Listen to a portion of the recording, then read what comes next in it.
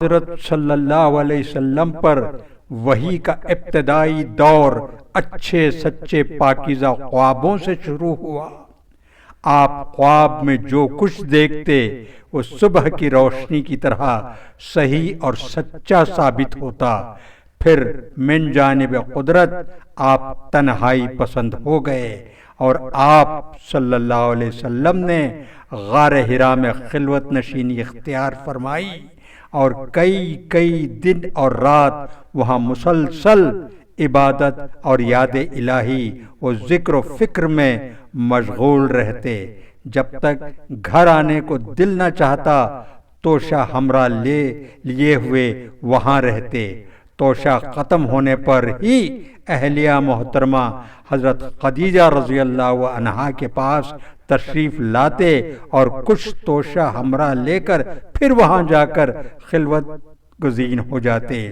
یہی طریقہ جاری رہا یہاں تک کہ آپ پر حق منکشف ہو گیا اور آپ غار حرا ہی میں قیام پذیر تھے کہ اچانک حضرت جبرائیل علیہ السلام آپ کے پاس حاضر ہوئے اور کہنے لگے کہ اے محمد پڑھو۔ آپ فرماتے ہیں کہ میں نے کہا کہ میں پڑھانا نہیں جانتا۔ آپ صلی اللہ علیہ وسلم فرماتے ہیں کہ فرشتے نے مجھے پکڑ کر اتنی زور سے بھینچا کہ میری طاقت جواب دے گئی، پھر مجھے چھوڑ کر کہا کہ پڑھو۔ میں نے پھر وہی جواب دیا کہ میں پڑھا ہوا نہیں ہوں۔ اس فرشتے نے مجھ کو نہایت ہی زور سے بھینچا کہ مجھ کو سخت تکلیف محسوس ہوئی۔ پھر اس نے کہا کہ پڑھ۔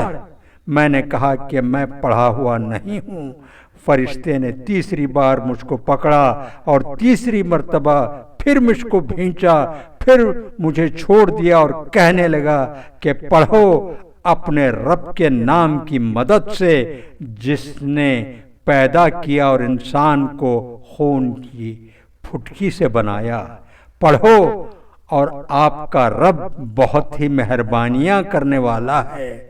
پس یہی آیتیں آپ حضرت جبرائیل علیہ السلام سے سن کر اس حال میں غار حرا سے واپس ہوئے کہ آپ کا دل اس انوکھے واقعے سے کانپ رہا تھا۔ آپ حضرت خدیجہ رضی اللہ عنہا کے ہاں تشریف لائے اور فرمایا کہ مجھے کمبل اڑا دو، مجھے کمبل اڑا دو۔ لوگوں نے آپ کو کمبل اڑا دیا۔ جب آپ کا ڈر جاتا رہا تو آپ نے اپنی زوجہ محترمہ حضرت خدیجہ رضی اللہ عنہا کو تفصیل کے ساتھ یہ واقعہ سنایا اور فرمانے لگے کہ مجھ کو اب اپنی جان کا خوف ہو گیا ہے۔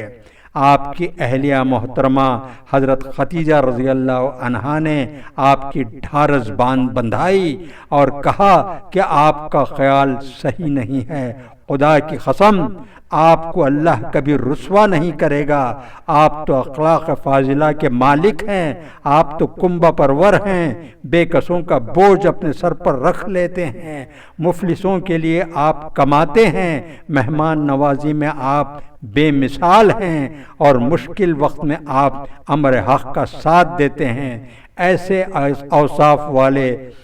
ایسے اوصاف حسنہ والا انسان یوں بے وقت ذلت و خواری کی موت نہیں پا سکتا۔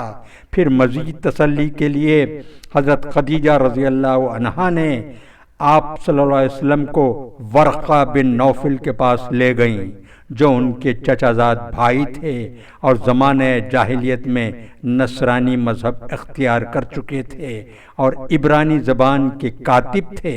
چنانچہ انجیل کو بھی حزب منشا خداوندی عبرانی زبان میں لکھا کرتے تھے۔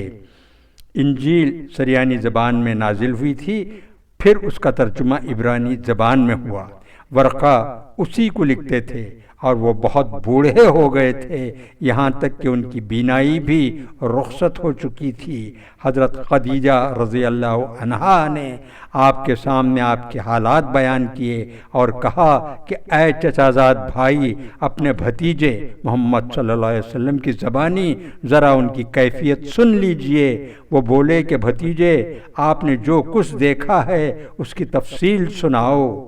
چنانچہ آپ صلی اللہ علیہ وسلم نے ادر اول تا آخر پورا واقعہ سنایا، جسے سن کر ورقہ بے اختیار ہو کر بول اٹھے کہ یوں تو وہی نام و معزز رازدان فرشتہ ہے جسے اللہ نے حضرت موسیٰ علیہ السلام پر وحی دے کر بھیجا تھا، کاش میں اس عہد نبوت کے شروع ہونے پر جوان عمر ہوتا، کاش میں اس وقت تک زندہ رہتا جب تک کہ آپ کی قوم آپ کو اس شہر سے نکال دے گی۔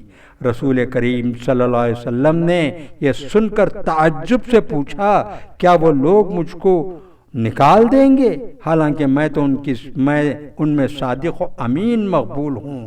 ورقہ بولے، ہاں یہ سب کچھ سچ ہے، مگر جو شخص بھی آپ کی طرح امر حق لے کر آیا لوگ اس کو دشمن ہی ہو گئے۔